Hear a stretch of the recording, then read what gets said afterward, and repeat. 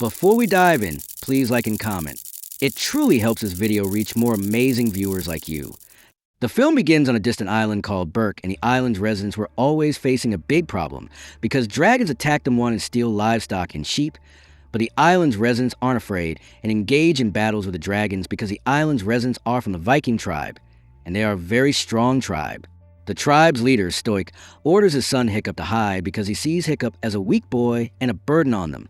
Hiccup goes to the blacksmith's workshop and sees the kids his age participating in the battle. Hiccup was infatuated with a girl among them named Astrid, and the kids mock Hiccup because he's useless. Hiccup gets upset and tells the blacksmith Gobber, "I want to join the battle and kill a dragon." But Gobber mocks him and says, "You can't even lift a hammer. Take the sword's edge and don't talk much." Hiccup is forced to obey him, and he wishes to prove himself and kill any dragon to impress Astrid. At the same time, we see the Vikings fighting the dragons with their weapons. The leader Stoick throws a net on this dragon and captures it, but suddenly a night fury dragon starts attacking the island. Gobber decides to join the battle and orders Hiccup not to leave the workshop, but Hiccup doesn't listen and goes out with a weapon that shoots arrows, wanting to kill the night fury dragon. He stands on the island's edge and searches for the dragon. As soon as he spots it, he shoots an arrow at it and is surprised that he successfully hit the dragon and gets very happy. But another dragon appears behind him and breathes fire at him, wanting to kill him. Stoick intervenes, fights the dragon, and delivers strong punches. The dragon retreats from the fight and escapes. In the end, all the dragons escape after stealing the livestock they wanted. Stoick was angry at his son for joining the battle. Hiccup tells him, "I managed to hit the Night Fury dragon," but Stoick doesn't believe him because no one has ever managed to hit that dragon before. He scolds his son in front of everyone and says, "Every time you get involved, disasters happen, and I don't have time for you. I have an entire village under my responsibility. Why don't you listen?" Hiccup says, "Because I can't control myself when I see a dragon. I want to join the battle and kill a dragon." Stoick says, "You're special in many things except killing a dragon," and orders him to return to his house. Hiccup sees the kids bullying him again, saying, "If you weren't the leader's son, you would have been banished from the island long ago." Gobber was escorting Hiccup to his house, and Hiccup says, "My father is always uninterested in what I say." Gobber says, "Don't try to be someone other than yourself." Hiccup says, "All I want is to be a Viking like you." Then he enters his house, waits for Gobber to leave, and goes out while Stoick was gathering the island's people and telling them, "There's a legend saying we're close to the dragon's nest, and if we reach there, we can eliminate the dragons forever." But the tribe's people were frustrated, and their morale was low because they failed to defend the livestock. They asked him, "How will we reach the dragon's nest? And even if we do, we won't be able to kill them all." Stoick encourages them and says, "We are the strongest tribe in the world, and we have warriors who kill dragons. We must not let the dragons attack us repeatedly." The tribe's people get excited by his words. Stoick asks the seer Gothi's opinion, asking her, "Will we be able to reach the dragon's nest or not?" Gothi, after reading the omens, tells them they will reach it. Everyone gets excited and goes to prepare the ships. Stoick talks to Gobber privately and asks, "What should I do with Hiccup?" Gobber says, "Let him train with the other students on hunting dragons because that's what Hiccup wants, and we won't always be there to protect him. You know he's a stubborn boy and will try again to kill a dragon. Let's try to prepare him for battles." Stoick agrees with him. We go to Hiccup, who went out to the forest searching for the Night Fury dragon. He had lost hope of finding it, but is surprised when he sees a huge broken tree and follows the tracks on the ground until he sees the dragon in front of him. He was very proud that he managed to hit a legendary dragon preoccupation dragon like this. He realizes it's still alive, pulls out a knife to kill it, but when he looks into its eyes, he feels pity and decides not to kill it. He frees it from the net. The dragon flies toward him, roars in his face, wants to fly and escape, but can't. Hiccup catches his breath, thinking he was going to die. When he returns home, Stoick talks to him and says, "Your dream will come true, and you'll train to fight dragons tomorrow." But Hiccup, after seeing the Night Fury up close, is now afraid to fight dragons and says to his father, "I've changed my mind, and I don't want to be a warrior anymore." Stoick gets angry and says, "You must be like the Vikings." Then he leaves to search for the dragon's nest. The next day, Hiccup and the kids enter the training arena, excited and happy. Gobber says, "The training is very dangerous because you'll face real dragons." He releases a weak dragon called a Gronkle and tells the students, the first lesson is to learn to use shields because a shield is the most important tool and must be with you. The Gronkle manages to hit 2 students with flames, so they are eliminated from the training. Astrid is focused and wants to kill the dragon. The dragon then eliminates Hiccup, who keeps trying to chase it to kill it, but Gobber intervenes, stops the dragon, and returns it to its cage. He tells Hiccup, always know that a dragon will want to kill its prey. Hiccup thinks about Gobber's words and wonders why the Night Fury didn't kill him. He decides to go to the forest to search for it to find an answer. He manages to find it, sees it trying to fly and escape the valley, but failing because its tail was cut off. Hiccup realizes his tail was cut when he shot it with the arrow. The Night Fury wanted to eat fish from the lake. At night, Gobber gathers the students and points out their mistakes in training, saying, you must take training seriously because we live in constant battles. He gives them a dragon manual book containing information about all dragons and says, our ancestors wrote this book from their battles with dragons. Then all the students leave except Hiccup and Astrid. Hiccup takes the opportunity to talk to her and says, I feel that dragons aren't dangerous creatures like we think. She says, are you crazy or joking? Dragons are definitely dangerous creatures, and our ancestors have been fighting them for hundreds of years. He says, maybe we're the ones causing problems for them, and they think we're eating their food and living on their land. She thinks he's crazy and says, you don't realize the life we're living because you're the leader's son. I'm ready to do anything to kill dragons because it's in our best interest. I intend to become the island's leader one day. Stay out of my way. It's better for you.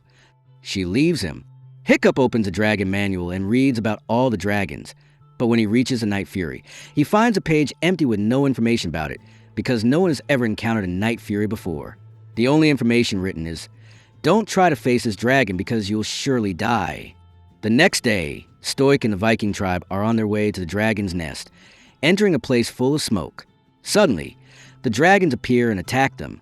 Meanwhile, Hiccup is in training, facing a strong dragon called the Natter. The students are fleeing and unable to deal with it. Hiccup is cowardly and flees, but Astrid stands to fight it and manages to return it to its cage.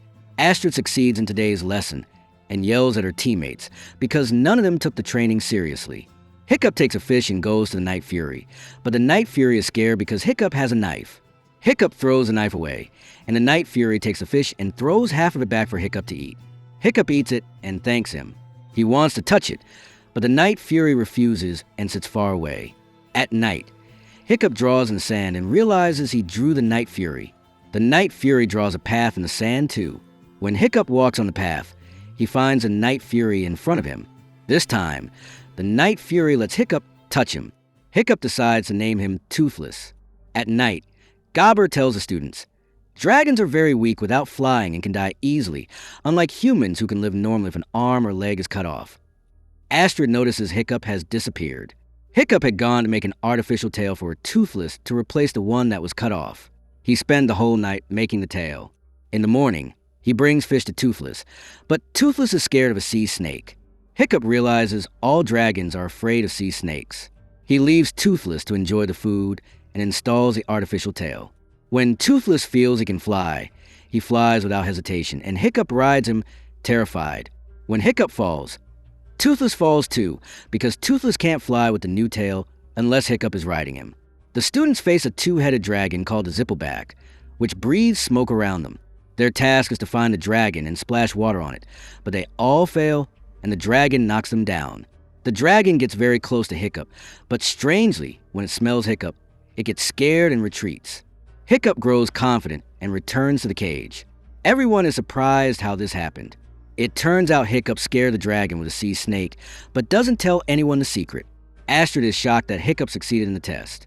Hiccup makes a saddle to sit on while riding Toothless. They try to fly together, and Hiccup learns new things about dragons, like their sensitivity to flowers. He tries this trick in training, blowing flowers at a dragon, and it faints. He discovers that Toothless falls asleep when he plays with its chin. He does the same trick again, play with a dragon's chin, making it sleep. From then on, all the students like Hiccup and hang out with him. Hiccup keeps trying tricks and winning tests. The seer Gothi notices, and Hiccup becomes very popular. Astrid is annoyed by this and suspects something is wrong. She watches Hiccup. Hiccup and Toothless become best friends. Meanwhile, Stoick and the others return to the island, upset because they lost a battle and some people died. Stoick is surprised that people congratulate him because Hiccup has become a different person. Gobber tells him Hiccup is now defeating dragons. Hiccup and Toothless are flying together, practicing flight maneuvers with a new tail, but Hiccup accidentally detaches from Toothless, and they both fall in the air. Hiccup manages to reconnect and saves them at the last moment before hitting the rocks. They celebrate this victory. Stoick meets Hiccup and says, "Why are you hiding secrets from me? Nothing happens on this island that I don't know about." Hiccup panics, thinking he's been discovered, and says, "I was going to tell you, of course." But Stoick was joking and says, "Where were you hiding all these skills?" He adds, "Tomorrow, you and Astrid will compete in a test to kill the Gronkle dragon, and whoever kills it will earn the title of the best dragon slayer and the honor of killing the monstrous nightmare dragon." Stoick gives him a helmet and says, "This helmet belonged to your mother." The next day, the test arrives. Astrid tells Hiccup, "I'm the one who will win the test." She was very excited to win, but she's surprised that Hiccup manages to put the dragon to sleep. The seer chooses Hiccup to earn the honor of killing the monstrous nightmare. Hiccup isn't happy because he doesn't want to kill any dragon. He goes to the place where he meets Toothless, but is surprised to find Astrid there, wanting to understand how Hiccup improved so much. He tries to distract her and make her leave, but Toothless appears and almost attacks her. Hiccup calms him down. She's shocked and runs away, but Toothless grabs her and throws her onto a high rock. Hiccup says, "Give me a chance to explain everything." She calms down, rides behind him, and Toothless flies recklessly. Astrid is terrified but apologizes to Toothless. He flies gently, and they enjoy the beauty of the clouds. Astrid realizes Toothless isn't a harmful dragon, but says, "This won't change anything. Dragons will still chase us and steal our food."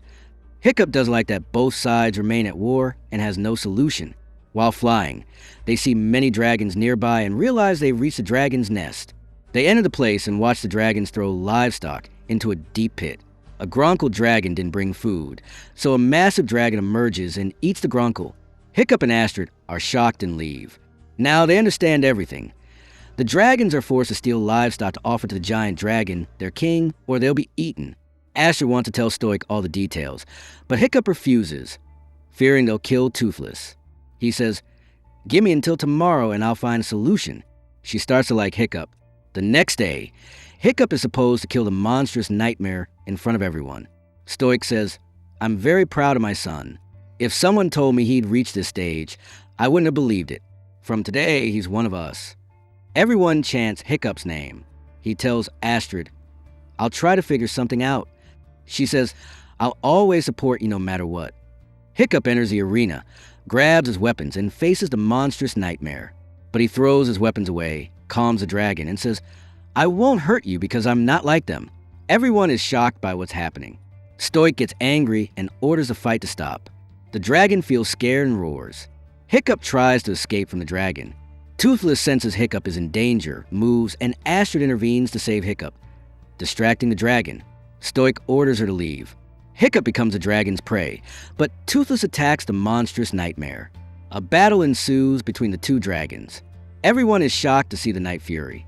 The Night Fury defeats the monstrous nightmare and returns it to its cage.